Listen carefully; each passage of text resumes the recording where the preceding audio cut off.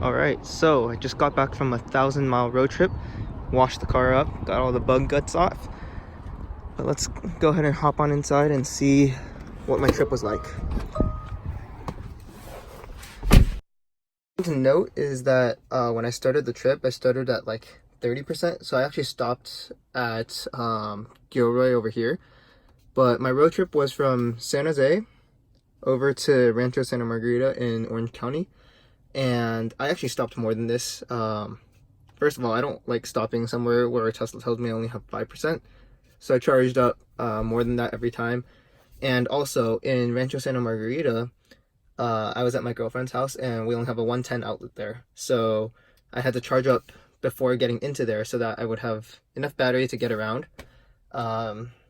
Yeah, so what was this trip like? First off, I took a lot of short random videos, so I'll sprinkle those in here and there.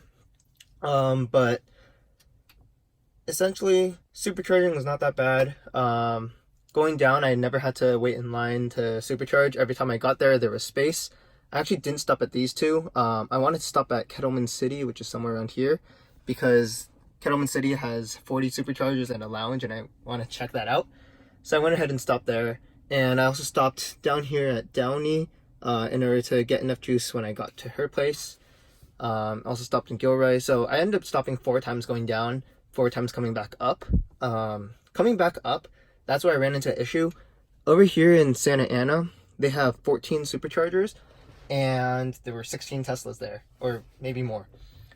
So we pulled up, and we all kind of just had to remember who got there first. So I think what Tesla should do is maybe do something where if you put the supercharger in the map, once you get there, it'll give you like a ticket number, and that number will change so that you know who's next in line, and like maybe the supercharger won't let you charge unless you're the next one in line or within like 5 minutes if that person didn't go and plug in. I think that would be something cool to implement, and that way there's a sort of a line. This problem might only be California, but yeah, so there was that problem. Another problem down here in Orange County, if you look at the supercharger, let me go back. If you look at the supercharger area, there are actually none in this area. What is this? Oh yeah, that's the Santa Ana one. So like in this entire area, there isn't really one. The closest one to my girlfriend's house was down here, and it was like 12 miles away.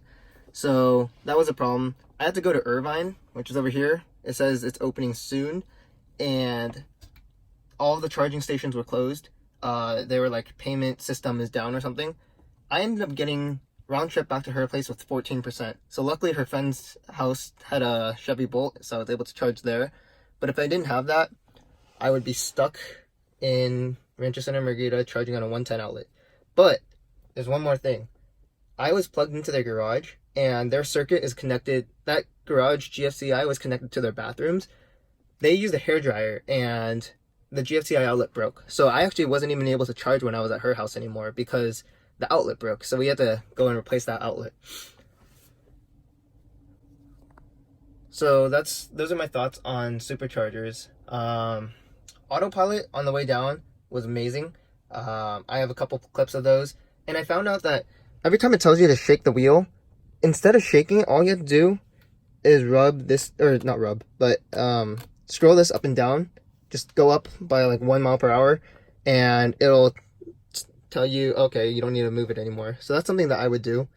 And I thought that that was a better way to do it, because if you shake this, right, the car actually moves, and that's a little bit annoying. People could get car sick with it, so that's what I would do. Another thing with Autopilot was sometimes I didn't actually know where I was going. I don't have full self-driving, so it doesn't have navigate on Autopilot, and it almost like ran into a barrier once, so I had to take over and make it turn to the right. I also think sometimes it stays a little too center. Like if there's a car that's on the lane line, it won't shift to the left a little bit. It'll either slow down or it'll just keep going ahead. So that's a little bit scary. In those cases, I would take over. And to take over, all I did was put it into reverse, or like just basically put this up one, and that would cancel autopilot and cruise control. I would do that instead of turning this really hard, because that was a little bit more scary for the driver, or for the passengers. One more thing that I forgot to mention was how comfortable these seats are. I think one thing is this part sticks out a little bit too much for my back, but the seat itself is really comfortable. It's really squishy. One thing that does annoy me though is based on where I sit, like how low I like to sit.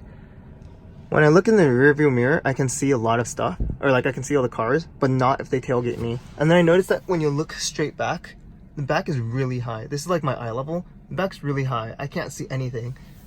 So parking, I need to use the rearview camera, and if a car is tailgating me, I actually don't notice until I look at the side mirror, and that's something that really bugged me. And I don't know, maybe I just need to get used to sitting higher or something.